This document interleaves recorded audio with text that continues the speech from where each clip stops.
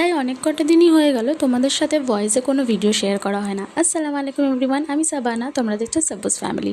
তো আজকের দিনটা আমার বাকি দিনের মতনই শুরু হলো। ঠিক রান্নাঘর থেকে সমস্ত যাবতীয় কাজ করে আমি গুছিয়ে নিচ্ছিলাম। অবশ্য এই সময়টা না আমি বেশ ভালোই ছিলাম, বাট এখন কয়েকটা দিন যখন আমি ভয়েস দিচ্ছি আমার শরীরটা খুব একটা ভালো নেই। শরীরটা ভালো নেই বলতে হাতে ভীষণ ব্যথা, আমি একদম নাড়তে পারছি না। যাই হোক, তবুও তো ঘরের কাজগুলো করতে হয়, তাই না? কারণ না করলে পড়ে থাকলে সেই জিনিসটা তো ভালো লাগে না। দেখো, এখানে আমি রান্নাঘর গুছিয়ে ঘরটা ঝাড় দিয়ে নিয়েছিলাম, দিয়ে বাসনগুলো বের করে রেখে দিয়েছিলাম, মেজেও নেওয়া হয়ে গেছিলো। এরই মধ্যে একটু দুধ গরম করে বরকে দিয়ে এসেছিলাম। দিয়ে এখানে আমি একটু রাতের কিছুটা তরকারি বেঁচে গেছিলো, তো ভাবলাম সেটা গরম করে দিই, সবাই সেটা নিয়ে খেয়ে নেবে। দিয়ে একটু ড্রাই ফ্রুটস ভেজানো ছিল শাশুড়ি মায়ের, তো সেটা দিয়ে এসে আমি বসে গেলাম রান্নার কাছে।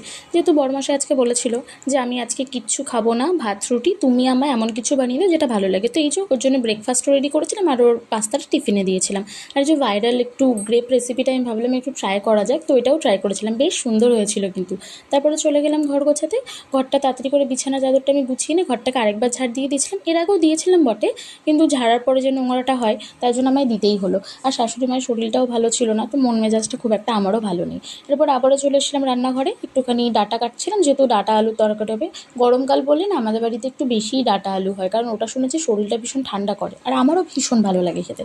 আর এই যে ডাঁটা আলু কাটা শেষ, আমি এখানে রান্না বসিয়ে দিয়েছিলাম। দেখো রান্নাঘরের অবস্থাটা। আর এই যে আমি একটু গুছিয়ে নিলাম, এখনও ঝাঁটানো হয়নি, দেবো বাকিটুকুনি একটু গুছিয়ে নিই। যে ওপরেরটার অবস্থাটাও খুব খারাপ, এই যে তাড়াহুড়ো করে গুছিয়ে নিলাম আমি সমস্ত কিছু।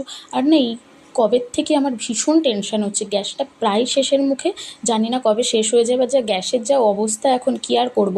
এই যে ঝাঁট দিয়ে আমি চলে গেছিলাম বাসন মাজতে।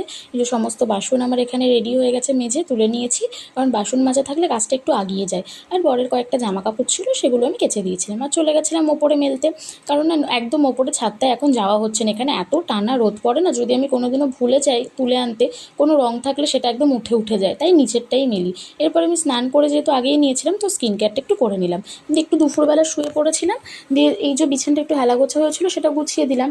আর এই যে এখানে মটর আর ছোলা আমি আগেই ভিজিয়ে রেখেছিলাম, তো সেটা তো আমাদেরকে না দেখানো হয়নি। তো এখানে আমি বসিয়ে দিচ্ছিলাম সেটা সেদ্ধ করতে, যেহেতু ইফতারি বানাবো কিছু, তাই জন্য এটা সমস্ত কেটে নিয়ে যে ইফতারি নিয়ে বসে গেছি আজকে। এই যে বসার পরে আমি চলে গেছিলাম নামাজ পড়তে। নামাজটা পড়ে আমার এই বুকটা না খুব ফেভারিট, তোমাদেরকে শেয়ার করবো কোনো অন্য একটা ভিডিওতে। দিয়ে বুকটা পড়ে আমি চলে গেছিলাম রাত্রের ডিনার রেডি করতে। রাত্রের ডিনারে বেশি কিছু ছিল না, লাউ আর আলুর তরকারি ছিল।